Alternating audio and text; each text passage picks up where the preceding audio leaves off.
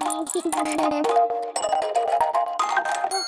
hello guys, welcome to Nicomendic's Explorations. This is gonna be the ultimate destination for medical knowledge, and for those of you who don't know me, I'm Dr. Nicholas. Whether you are a passionate medical enthusiast or simply seeking entertainment, you have come to the right place. If you ever experience a runny nose, sneezing or itchy eyes, especially in your spring season and you are wondering why, then this video is for you. Which is abnormal immunological response to an otherwise harmless environmental stimulus, and rhinitis comes from the Greek word rhino, which means nose. The medical definition is the inflammation of nasal mucosa, which is caused by type 1 hypersensitivity reaction. We have 4 different types of hypersensitivity reactions, type 1, 2, 3, and 4. But today's topic is related to type 1 hypersensitivity reaction, which is an IgE-mediated reaction against an allergen. And to be more specific, an inhaled allergen, including, for example, dust, pollen, mold spores, grass, and so on. Now we can discuss the causes and the risk factors of allergic rhinitis. The most important one is the genetic predisposition and the family history of the patient. And by this, we mean that when only one parent has a personal history of allergic rhinitis, the child has a 40% probability to have allergic rhinitis as well. But when both parents have a personal history of allergic rhinitis, the child has 60% of getting allergic rhinitis later in his life. Another important cause is the exposure to smoking during the first year of life, and it's important to mention that allergic rhinitis is established by the age of 6 years old. Now we can discuss some of the symptoms of allergic rhinitis. It includes nasal congestion, sneezing, rhinorrhea, which is the runny nose, postnasal drip. Some people can have chronic inflammation, as we said in the basic definition of allergic rhinitis, which will cause nasal polyps, which can be definitely considered as a complication of allergic rhinitis. Some more symptoms of allergic rhinitis is allergic shyness, which is basically black discoloration beneath the lower eyelids, the allergic salute, which is a transverse nasal crease, allergic conjunctivitis. Some more details about allergic shyness is, as we can see, is a blue-gray purple discoloration beneath the lower eyelids, and is usually associated with some other symptoms, such as, for example, conjunctival injection, chemosis, which is the edema of the eyelids, carpal stoning of the tarsal conjunctiva, and rubbing of the eyes due to itchiness. Allergic salute is a combination of rhinorrhea and nasal pruritus. Pruritus means itching. We can see by the arrow the transverse nasal crease. Approaching the end of the video, now we can speak about diagnosis. There are 4 ways to diagnose allergic rhinitis.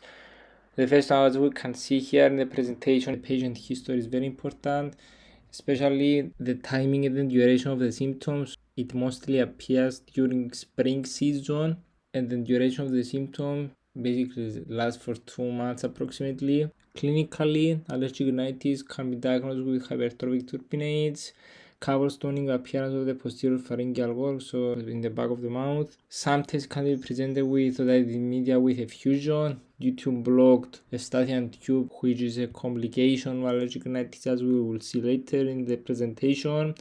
And other symptoms like the ones we spoke before, like sneezing, rhinorrhea, allergic salute, allergic shyness. Another method of diagnosis is a blood test. We can have increase of xenophiles, known as eosinophilia.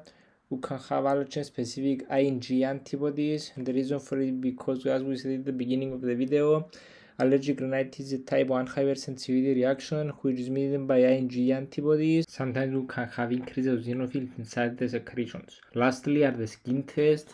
The first one is skin prick test, and the other one is transdermal test. The skin prick test is used to identify the allergic agent, and a positive result is regarded when we can see a pruritic wheal outside of the skin puncture. And when performing such tests, we must always be careful about anaphylaxis, which is a severe type of type 1 hypersensitivity reaction, which can lead to life-threatening and multisystemic effects. One of the most important parts of this presentation is the treatment.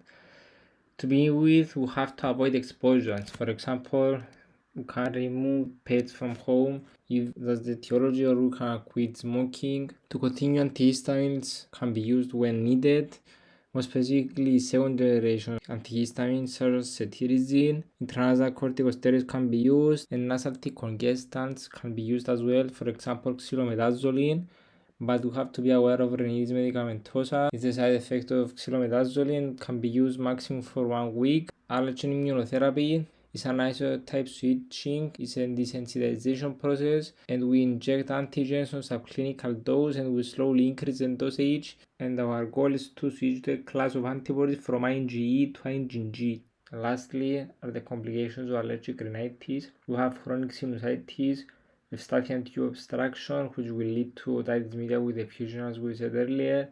Asthma, more rarely, tonsil hypertrophy, as we can see in the pictures. And the stage 4 is the most severe, which can lead to airway obstruction. And the last complication, and the most common one, are the nasal polyps. Now guys, let's sum up today's topic with some quizzes. You can try to pause the video and see if you get the answers right, and let me know below in the comments. So the first one, which is not a clinical sign of allergic rhinitis: sneezing, chemosis, cough, rhinorrhea, or all of the above. A small reminder, chemosis is the edema of the eyelid and rhinorrhea is the runny nose. So the correct answer, guys, is C. Next one, allergic rhinitis is type 1, type 2, type 3, or type 4 hypersensitivity reaction. It's type 1 hypersensitivity reaction, IgE mediated. Next one, diagnosis does not include blood tests, skin tests, timing and duration of symptoms, or basophils in blood. Correct answer, guys, is D, because the Xenophiles, not the basophils. Next one, what is not part of the treatment is immunotherapy, oral antihistamines, beta blockers, or intranasal corticosteroids. Correct answer is C, beta blockers. And lastly, immunotherapy is used for isotype switching of IgE to IgG, IgG to IgE, IgE to IgA, or IgG to IgA. Correct answer, guys, it's a IgE to IgG. So guys, that's it. I hope you enjoyed the video. See you